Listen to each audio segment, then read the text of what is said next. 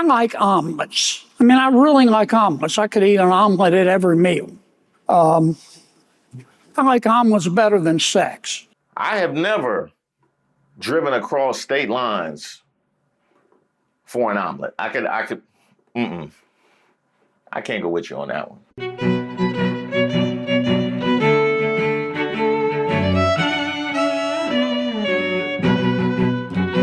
Hey, shout out to all of our subscribers and members here on the channel. My name is Reese Waters, and this is Street Politics. Now, we have all seen the evolution of black slurs, from ends to CRT to woke to DEI.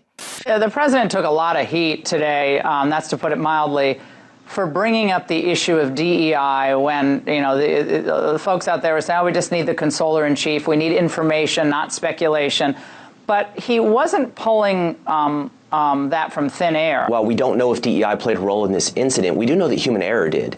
And DEI is a policy that exacerbates human error. We need to cut out every policy that allows for anything where we maximize the potential for human error. In a way, DEI is the mirror to the Democrats' argument with racism or climate change. It can be used to explain everything, you know, except unlike racism and climate change, which the left found under every rock, every issue. DEI is indeed under every rock because the Democrats put it there. It turns out that for years, Democrats were playing woke politics with our lives. Apparently, the FAA included these insane DEI directives on their website until just a few days ago, when Donald Trump signed that executive order banning DEI across government agencies. Now, we don't know what factor DEI played here. Could have been a mechanical issue, could have been medical. They've just recovered one of the black boxes, and this investigation is going to tell us the truth. But when DEI is in place, which it was at the FAA, standards get lowered, staffing's affected. And when there's a disaster like this, it makes everyone naturally suspicious. And we all had a good laugh once MAGA rank and file realized that they also were, in fact, DEI. I'm so surprised how many people didn't know that with the DEI rollbacks, that meant that like there would also be rollbacks for specifically women. I don't know what y'all thought. What, you thought, first of all, you thought these men respected us? What, just because like, oh, just because you're like a white woman? And I get like, I'm a white woman, right? But like most political progress for women has come at the hands of women of color. Not to say that there haven't been prominent white women, but like when they're talking about like diversity in the workforce, they're talking about you. And now they're talking about like getting rid of things like Black History Month and Women's History Month. All the white women are suddenly like, what? This applies to us? I don't know if you know this, but they view you as someone they can oppress. It's like, I don't know why we're surprised. This also means that like it opens the door for them to allow for things like for you to be fired if you're pregnant, for them to take away more things like maternity leave and stuff like that. Y'all need to stop associating DEI with just black people or other people of color.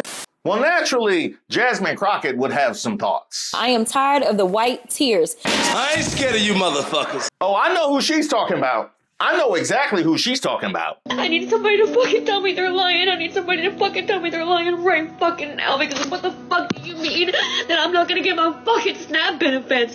What the fuck do you mean? Is this what happens when you choose billionaires and millionaires to run the country? They will never look out for the best interests of the middle. You know what? My bad, Jasmine Crockett. I'll let you finish. I am tired of the white tears. Listen, if you are competent, you are not concerned. When I walk into Congress every single day, you know why I don't feel a way and why you can't make me doubt who I am is because I know that I had to work 10 times as hard as they did just to get into the seat. When you look and you compare me to Marjorie Taylor Greene or me to Lauren Boebert, there is no comparison. Now, I'm going to stop us right there, Jasmine Crockett, because you are 1,000% right, and that is exactly how we should carry ourselves. But that don't make it right. That don't mean I'm cool with the Lauren Boeberts and the Marjorie Taylor Greenes of the world feeling fully comfortable and confident calling you and people of your ilk, people of my ilk, a DEI with their full chest.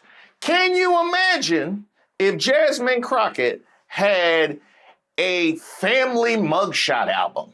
Can you imagine what they would say?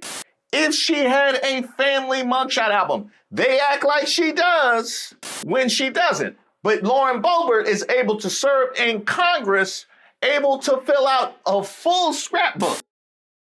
And that's not even to mention any of Marjorie Taylor Greene's, how shall we say, indiscretions.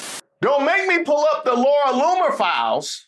You name it, white folks get to do it while calling us a DEI. And in this instance, the two people she named, Lauren Boebert, Marjorie Taylor Greene, the biggest recipients of DEI. That is white women. I meant white women by biggest recipients of DEI. It had nothing to do with adultery. And that is the life that we have always lived. So the only people that are crying are the mediocre white boys that have been beaten out by people that historically have had to work so much harder. This is why they don't want us to have education. This is why they are trying to literally say we won't fund the HBCUs, because they know that if they've already gone after affirmative action and they're saying, you know what, don't allow them to come into, say, these PWIs, as we call them, don't allow them to come into these institutions. We know why they created the HBCUs in the first place. Hey, somebody tell Mississippi Valley State. Yeah, send them this clip. Oh, they know already? And they still showed up to inauguration? I ain't been this ashamed of them since Jerry Rice wore that chicken helmet. Y'all remember. It was because they wouldn't allow us into the white institutions. And so now they're not allowing us in. And now they're saying, you know what, we're also going to defund the HBCUs. You know why? Because they don't want any more Kamala Harrises. They don't want any more Jasmine Crockett's. So if you're scoring at home, she just laid out how we were historically ostracized from PWIs. And really, you can swap out professional institutions and organizations and corporations as well, how we were systematically kept out of that aspect of the American dream. But when we set up things for ourselves, now they become targets of DEI, leading us to no other conclusion that you have absolutely no intention of involving us. We see how you operate when left to your own devices. We can see that in the cabinet. We can see that in the Fortune 500. That's why we had DEI and affirmative action, because you couldn't be trusted to make your own decisions. But naturally, now you're somehow less racist. They look less racist to you? But I got news for them. I don't care what they do. We will fight to the end to make sure that we get our due. Because again, if you want to talk about the people that shouldn't be in this country, you probably need to look in the mirror. Because the last time I checked, the Native Americans who some of ICE have been rounding up, or the Puerto Ricans who are absolutely Americans, listen, the only people that came and colonized this place are your ancestors, Trump. Damn! Now, that was a shot across the bow, although I would amend that I don't even think his ancestors were colonizers. I mean, they became colonizers once they got here, but they on the immigrant side of things. And just in case you thought that she was speaking out of turn when she mentioned indigenous people being snatched up by ICE. Native Americans who are more American than you and I, for no other reason other than complete and utter bigotry. That's what this is. Let me tell you what's going on. Reports of Navajo people being detained in immigration sweeps sparks concern from tribal leaders. The Department of Justice under Trump argued in court that indigenous people don't have birthright citizenship under the 14th Amendment. So neither should children of non-citizens born in the U.S. Think about that. They're arguing that Native Americans whose land we stole by raping, pillaging, kidnapping, and murdering, they're not rightful American citizens. President Trump is appointing Darren Beattie to a top State Department role. I know many people remember who Darren Beattie is. He was fired in 2018 from being a speechwriter. He was speaking at a conference attended by white nationalists. And then a few months ago, he posted this, Congresswoman: competent white men must be in charge if you want things to work. Unfortunately, our entire national ideology is predicated on coddling the feelings of women and minorities and demoralizing competent white men. Okay, so let's deconstruct this, starting with the fact that something that was disqualifying in 2018, speaking at a conference that was attended by white nationalists. Now, how could you regain your status within the MAGA movement after being shuttled in 2018? What could you possibly do in order to get back into their good graces? Maybe like a "we need competent white men" tweet. Is that the kind of thing that would get me a Trump appointment? The same ideology that was somehow disqualifying in 2018 is overwhelmingly qualifying in 2025. You follow? Now to the actual tweet. I'm gonna need all the blind meritocracy folks. Hey, Elon Musk, tell Elon Musk and Charlie Kirk to come holler at dude, because this is not competent white men. Competent. I thought it was supposed to be the most competent. And it wasn't that your excuse for getting rid of DEI? It's supposed to be the best and brightest. Now he's just saying the thing, competent white men must be in charge. Well, because if I would have said that black people can't be competent in your eyes, you always find a way to disqualify them, you will be mad. Competent white men. Now let's go to the second part. Coddling the feelings of women and minorities and demoralizing competent white men. Now, if competent white men are such a deity to be raised up by society, and they're the only way that we can move forward is putting our trust in competent white men, how are they so easily demoralized? Because these are people supposed to rise to the top, right? These people supposed to be, how are they? They just feel sad. They just feel bad about themselves. Yeah, really, all of the competent white men would naturally rise to the top because they're naturally so much more gifted than all these women and minorities, but they just sad. They just sad right now. Reese! What happened on Friday? You was a no call, no show. I was demoralized. Yeah, I was demoralized. Your reaction to his appointment? He needs to go. I mean, this is very simple. We right now have a white supremacist that is sitting in the White House. He is backed up by other white supremacists. And if you really want to know who the criminals are in this country, you can Google it. You don't have to trust me. But the people that commit 80% of the most violent crimes in this country are white supremacists. Yet for whatever reason, they sit and they serve at the pleasure of the president. They are the ones that were there on January 6th, tearing our democracy down physically. And now we have them tearing us down right here from within. Now, I just want to just zone in on something that she said. She said we had a white supremacist in the White House that is endorsed by other white supremacists, because we always have this debate about, well, is Donald Trump racist? Is he a white supremacist?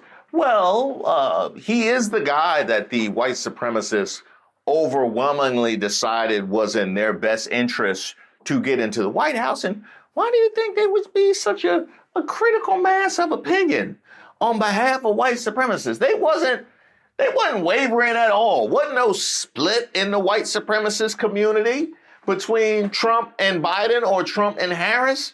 No, they were pretty solid on the MAGA movement. And by the way, those of you hardcore MAGAs who hate being accused of being racist, I just want to know what that's like to be on the side of white supremacists so consistently.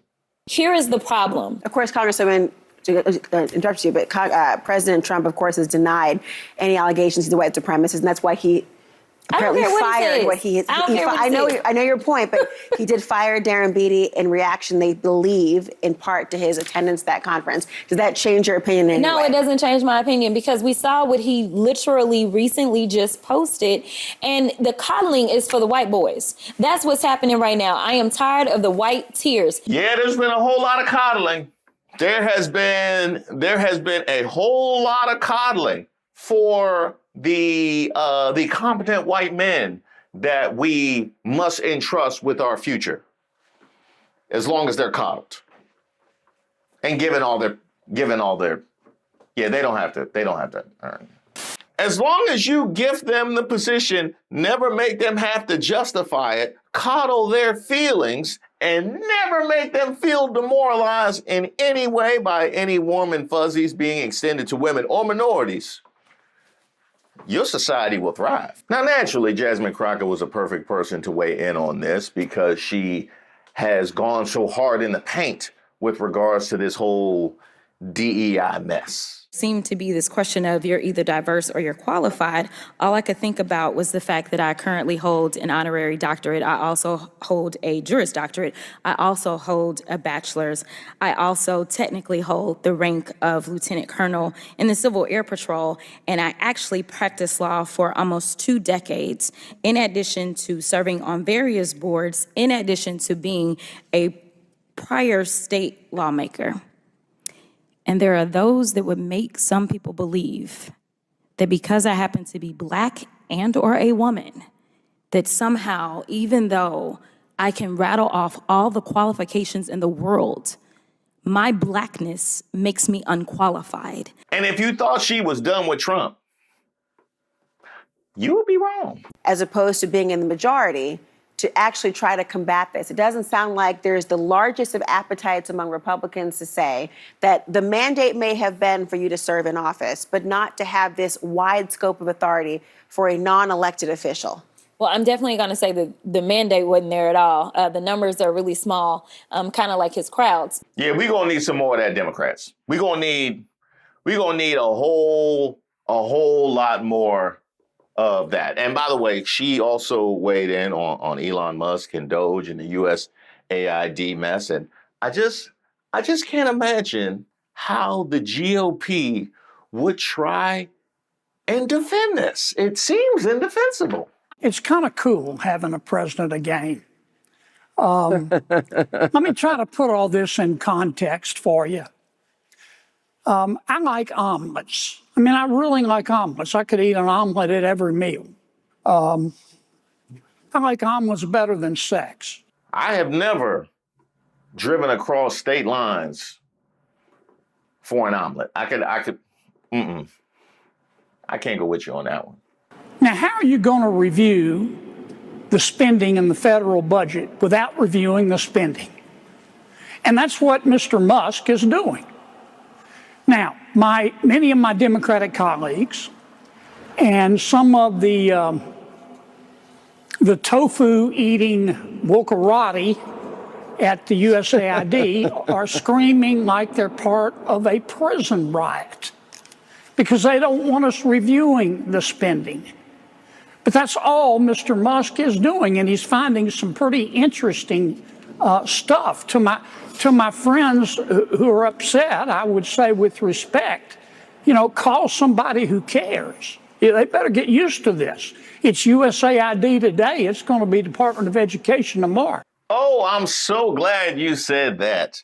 A Department of Education, you say? Which states take the most money from the federal government? A lot of people will tell you it's got to be the states with the biggest cities, right? Well, I looked it up on usafacts.org, and what I found might surprise you. If you go by the total dollar value of the aid, sure, you see states like California, New York, and Texas up top. But that's misleading because those are also the states with the largest populations. If you want to know which states are most dependent on the federal government, you should look at what percentage of their budget comes from the federal government. And when we use that measure, the results are pretty surprising. It turns out that states like West Virginia, Kentucky, Mississippi, Louisiana, New Mexico, and Arizona get get the most percentage of their budgets from the federal government, up to 35%. And it's the same if you look at federal funding per person, with Wyoming, Alaska, and Vermont topping the list. A lot of times, what the media tells you about who contributes the most in taxes and who benefits the most from tax subsidies is not accurate. To know the truth, you gotta learn the facts, and you can get the facts at usafacts.org. Oh, that's gonna go well. Hey, MAGA, you awake yet? Fucking tell me they're lying. I need somebody to fucking tell me they're lying. And really, here's what's going on. For 4 years under President Biden, the people in charge ask one simple question. Who needs to pay more in taxes? Who needs to pay more in taxes? Well, that's not the question that the Republicans and President Trump are going to ask. Our question is, what the hell happened to the money? And that's all that's going on. Yes, sir. That'll be $17.48. Okay, here is $10. Yes, that's not enough. I need another $7.48. What happened to the $10 I just gave you? Kennedy thought that sounded good too. He thought that sounded good. He thought that sounded as good as the first time he trotted out that foghorn leghorn accent. He like, hey, I gave him the omelet line and the tax line. What y'all want to do? But hey, that whole thing I said about omelets and sex, I was just playing though. That makes about as much sense as this whole tariff swinging contest that Trump got into with Mexico and Canada. It's the uncertainty and the chaos. First of all, it's Trump day. is trying to repackage the status quo as a victory. That's what the leaders of these foreign countries are learning. You don't actually have to give Trump anything. You just have to make it seem like you have to let him announce victory on TV. Second of all, it's not actually back to the status quo. It is worse than the status quo. As Richard points out, we have tarnished our relationships with our allies whose help we need to rein in China, which I know you care about. Beyond that, think about the additional uncertainty that's being added to the business environment right now. If you are a company and you don't know if tariffs are coming or they're not coming, you don't know if your input costs are going to go up or they're not going to go up. That's true. Why would you invest? Why would you invest in oil pipelines, for example, to Canada? I know you really care about the Keystone Pipeline, for example. I mean, the one that Biden killed. Yeah, you know that would be the oil coming from Canada, which Trump is now threatening to tariff. Well, certainly nobody would defend that nonsense. Trying to change the subject. I'm not. I'm wrapping it all together. It's all part of the same thing. Let's go back to what Trump got for threatening a 25% tariff on Mexico and Canada. What did he get? On Mexico, he got a permanent set of troops, not temporary, just during surges. He got permanent troops. And on Canada, let me tell you what he got. Let me tell you what he got. You cannot just, hold up, you can't just like insert your own qualifications into this. Where does it say that it's permanent? The White House told me tonight that the commitment they have from Mexico is that they will put permanent Do you know how many troops Mexico had on the border last year? It goes up and down. 15,000. It goes up and down. It's temporary. So now they're getting a permanent force. Let me ask you, is 10,000 more or less Is permanent better than temporary? You know what's more? Ooh, this is not going to look good on Fox. Huh? They defended this? DC. He was given a once-in-a-generation mandate by the American people to govern and to fundamentally transform Washington, and that's exactly what he is doing. And we finally, after 4 years of chaos and mayhem and apologizing for America, have a president again in the Oval Office who is standing up for America. Now, if you thought that the words coming out of her mouth were going to be the worst part of that clip, it's not. Look at the headline. Look at what they put on it. Look at what they put on it. Mexico and Canada fold amid tariff threats. What did they give up? What did they give up? At this point, Fox News should be forced to change their name. It's Tubi News. It's Tubi News. This is Tubi quality. This is Tubi quality information right now that y'all are sending out. And I feel bad for anybody who's unaware, because when you watch Tubi, you know you watching Tubi. But at least we can trust our elected officials not to be so susceptible to low-grade information. You have these bureaucrats sitting at these agencies. They come before Congress. We have hearings. We try to get to the bottom of where this money is going. $50 million for condoms in Gaza, for example. Congresswoman. No, but these are real things. No. You guys are rolling your eyes like as if these are not actual line items. These are actual line items. We know that there was not $50 million spent for condoms in Gaza. Okay.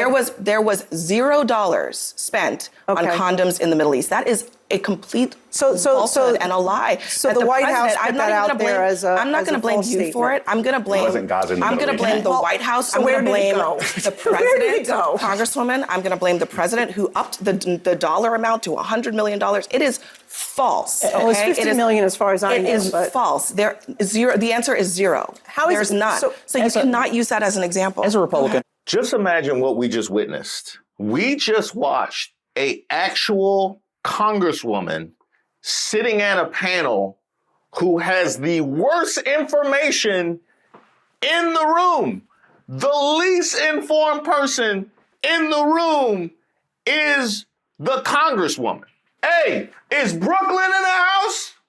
Because y'all need a new election. Y'all see what y'all just did? If Biggie Smalls was alive today, y'all are dead wrong. Y'all been hypnotized. What Brooklyn voters need is one more chance. Y'all prepared for the election reading the 10 crack commandments. Nah, that don't work. That doesn't work at all. Hey, I want to thank you guys so much for watching the video. First of all, thanks to an overwhelming response when I asked whether or not you guys would want to potentially move my weekly Tuesday 2 p.m. live tonight. You guys said you did. We tried it last week and it was amazing. So we're going to keep that going for the next week or two. So look for those Tuesday lives to be at night, probably 8 o'clock. There'll also be some members only lives as well. I tried that and lo and behold, I can just go live anytime. That is spectacular. So look for some members only lives as well, some polls on that side of things as well. I also have a brand new email for you that is admin@reesewaters.com. Just in case you want a quick response, you can email admin@reesewaters.com, and I can pretty much guarantee it will be quicker. It will be quicker than the other one. We also have a bunch of merch ideas that you guys have sent in. Some of them are phenomenal. So we went and got some people to help us with the merch. So I'm really excited about some of the stuff that we have on the horizon. You can check all of that out at reesewaters.com. Also, shout out to the new subscribers and members here on the channel, as well as those that have been helping me out. That is Regina, who's been helping me out immensely with research, and our moderators, Mariana and Dank, as well as our head moderator, Miss Ray. I'm extremely grateful for you guys. A whole lot more to come.